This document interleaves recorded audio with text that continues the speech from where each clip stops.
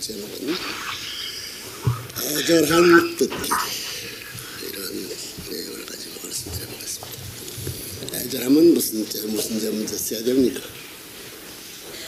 일반인은 사랑의 쩌고 매디절지지, 그 사랑의 쩌가 슬프랬지.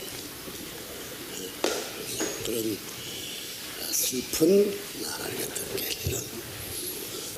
우리 토일교회 식구들은 뜻길이 어떠하다는 것을 알고 있습니다.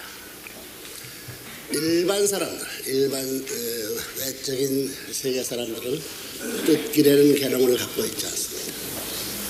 뜻길 하게 되면 그것이 무슨 길이냐 하는 것을 모릅니다. 하나를 알고 또 하나님을 섬기는 모든 종교들이 많습니다. 신을 섬기는 종교들이 많지만 그 종주를 중심 삼은 뜻, 종교는 종주를 중심 삼은 뜻길이 있어요. 그 뜻길 가운데서 특별히 하나님을 중심 삼고 심정적 내적 인을 연결시켜 나오는 종교가, 이것이 유대교로부터 기독교가 그런 전통을 진행한다.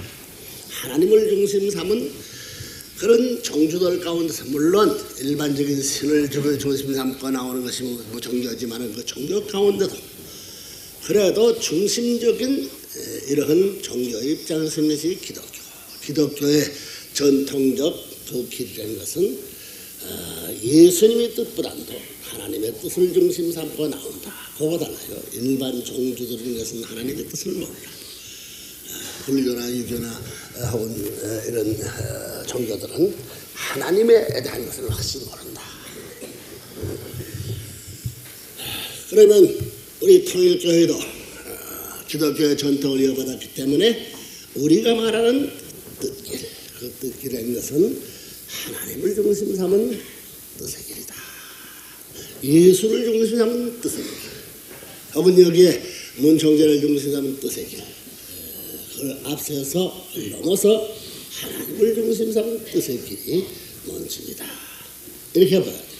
그 뜻의 길이라는 것은, 이것은 하나님을 중심 삼은 뜻의 길이라는 것은, 이것은 존재의 세계나 어떠한 물건이나 이 뜻길에 속해 있어야 되고 뜻길을 따라가야 되는 것이다. 뜻길과 배치가 될 때는 그것은 뜻의 세계에 상관이 없는 것이다. 이렇게 봐야 합니다. 그럼 내가 오늘의 생활하는 이 생활은 나 스스로의 태어난 생활 무대에 있어서 생애의 길을 가는 것이야. 그 생활 무대에 살고 있는 일생의 길을 가는 것은 뜻길을 따라가야 되는 것이다. 그럼 이렇게 볼 때에 내가 하는 일도 뜻길을 따라감에 있어서의 일이야. 내가 혹은 일하는 사람, 배우는 사람, 여러 가지 종류의 사람이 많지만 그들이 하고 있는 모든 일들은 뜻길을 따라가는 일, 뜻길의 보탬을 하기 위한 길이야만 되는 것이다. 그럼 우리 각자의 생애의 길을 걸어가고 있지만 각자의 생애의 길을 가는 길이 다방면의 형태를 가지고 나타나고 있다. 대한민국을 보면 대한민국에 여러 부처가 있고 부처의 속에는 거기에 국이 있고 무슨 과가 있고 다 있지만은 그 처한 입장 그 자체에 있어서의 차이는 있을 망정 그들이 가야 할 그 길이라는 것은 전부 다 뜻을 위한 길이다.